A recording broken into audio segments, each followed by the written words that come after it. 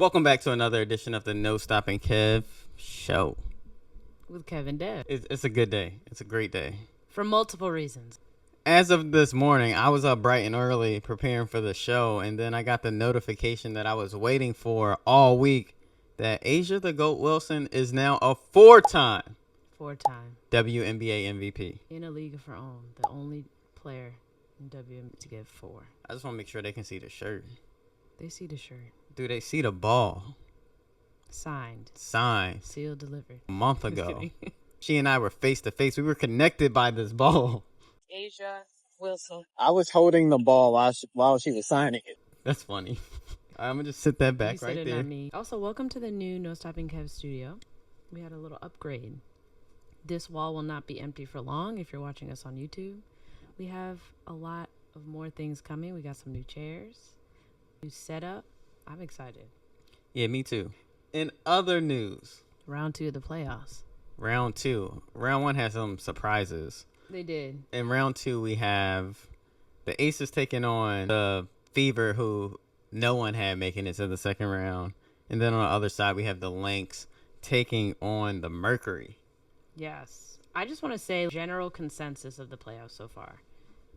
It's super competitive. Nail-biting games down to the wire. Physicality is top tier. It's great team basketball. There's a lot of strategy. It's basically everything that people complain about that the NBA doesn't have. But I guess there's no dunking, so it's not. There's no dunking. Yeah. But yeah, Dom is out now. So there's percentage chances of seeing a dunk has gone down quite a bit. But No, my point is... I know you. Go ahead. Say your point. My point is... all the things that people want to see in the NBA and complain as to why they're not watching is in the WNBA. So if you love the game, you love the game. What do you think about this Aces Fever series? Aces Fever. I think that it's gonna be. We're now on a 3 out of 5. I think that I don't know if the Fever are gonna get one. I don't know. If at max, I think they're going to get one. I would love to see a sweep. It hurts my soul to say that for personal reasons. So I predicted some series last round. We were wrong. Ditto. The Fever beat the Dream. So. Yeah, Fever beat the Dream. No one saw that coming. But I think this series could easily go 3-1, if not 3-0.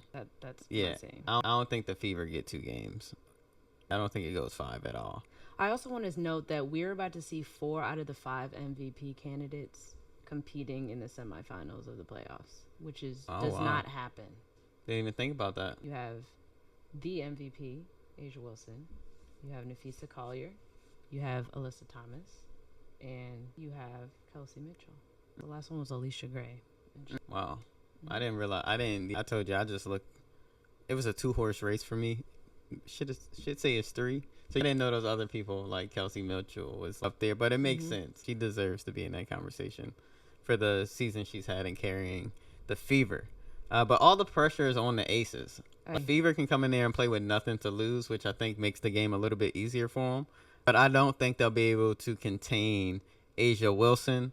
Asia Wilson got her little sister, Leah Boston, on the other side. So I'm sure she's going to be trying to cook something up there every chance she gets. But then I just think the Aces has too much firepower. You got Asia that's going to look to give you buckets every chance she gets. I was going to say they have 2 out of the top 4 scoring postseason people on their team. And who's the second? Jackie Young. Yeah, I was about to say. Then you got Jackie Young, man, is going to get to a bucket. You got Chelsea Gray that can score the ball, but she's also going to do her job and facilitate to make sure other people get easy looks. Then you have Jewel Lloyd, who is stamped forever. And then also a player on their team that I kind of like. I like to call her Jackie Jr. a little bit, but Dana Evans. Oh, yeah, Dana Evans. You know who surprised me in the nail-biting final game in the first round? The Mercury. Mm-hmm. I wasn't familiar with their game. Mm-hmm. I did not know how deep they were. They have a big 3 in Alyssa Thomas. Who else? Alyssa Thomas, DeWanna Bonner, Kalia Copper. No, and Satu Sabali. Oh, yeah. And then they have DeWanna Bonner also. Yeah. And it's just like, y'all are deep. They are surprising. Last thing I want to say about the Aces, and then I'll tell you what I like about the Mercury and Lynx series, is I was listening to can't think of their podcast name right now, but Lexi Brown and Mariah Rose's podcast. And Lexi did a couple episodes while they were actually playing the Aces in the first round of the playoffs. And one of the things she commented on in terms of the streak that the Aces have been on is she said they're just very connected on both ends of the floor. Like, look at a team that looked like they were struggling in the first half of the year. Being connected on both ends of the floor is huge because you're just defensively, that's hard to put up with. Offensively, it's hard because they play it with such a pace. She said the ball is always moving, and that keeps all your players engaged too. So when you have a team full of people that can score, there's enough shots to go around because there's enough shots being put up because of the pace they play with. And so that's just huge. And it's, like I said, it's always great to have the defensive player in a year on your team too. That's tough for everyone to score. Depoy and P. I also want to say, for those who may not know, she is on the Storm. And so they just lost to the Aces in the first round. And she said one of the things the Aces did well is they come out and set the tone early, dictating physicality, and they make the refs adjust to them rather than you teams kind of just getting hit in the mouth and then trying to adjust to the other team, or now you're getting frustrated with the officiating.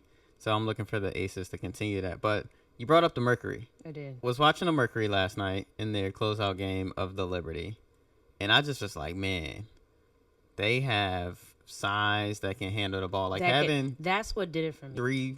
Three big people that can dribble, that can handle the ball, crossover, spin move, beautiful footwork, finish at all stages at the end. It's just something I was not familiar with. You saw it a little bit in Unrivaled with Satu, but seeing her completely dominate in that game was crazy. It'll be interesting to see how the Lynx match up. Because sometimes the Lynx run some smaller lineups. They'll have a Courtney Williams out there. They'll have a Natisha be out there. And even Dejanay is not as big. She's hurt now. They just came out this morning, or maybe late last night.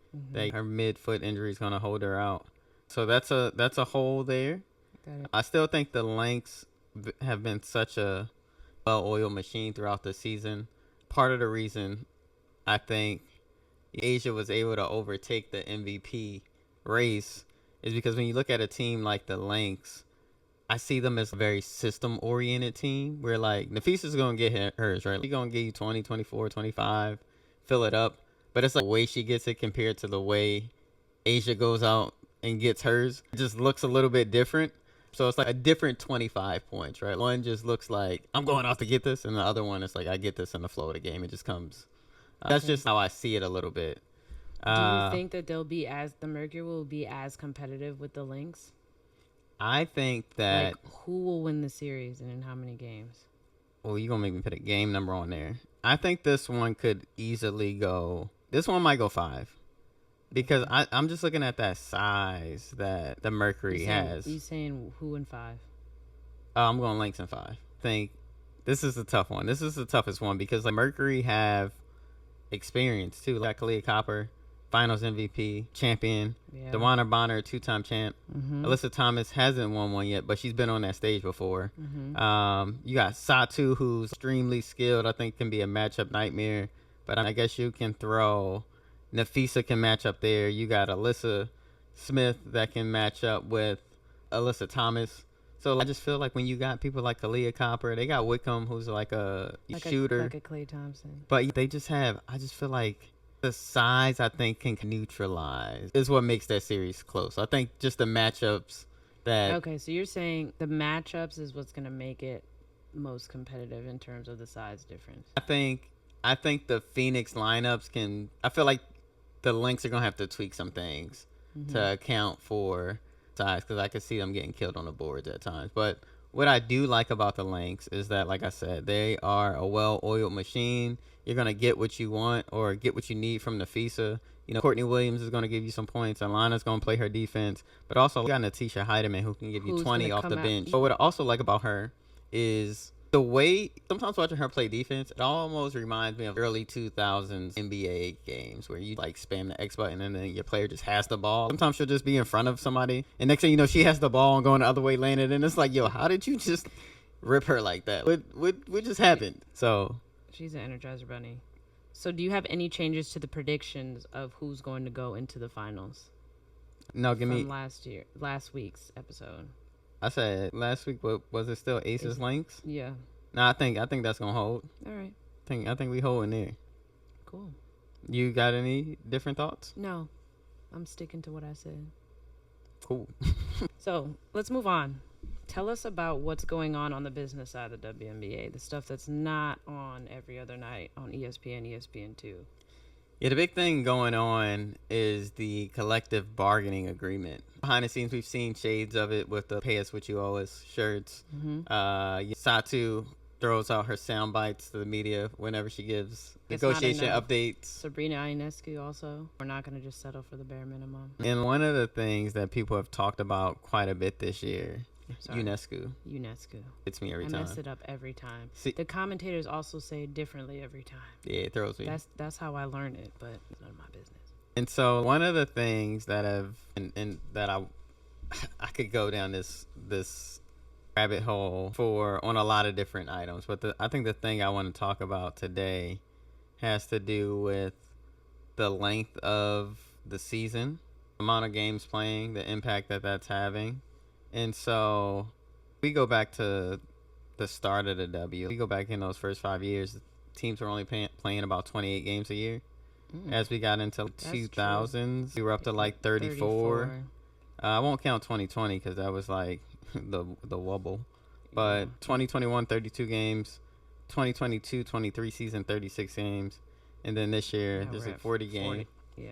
And so one thing that hasn't shifted as much as the number of games is calendar length of the season.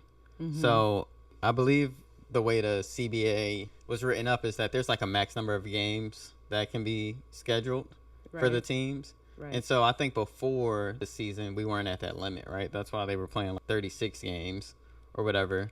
And this year they were able to up that because it was within the commissioner's power to say, hey, we can actually throw 40 or whatever games on the schedule.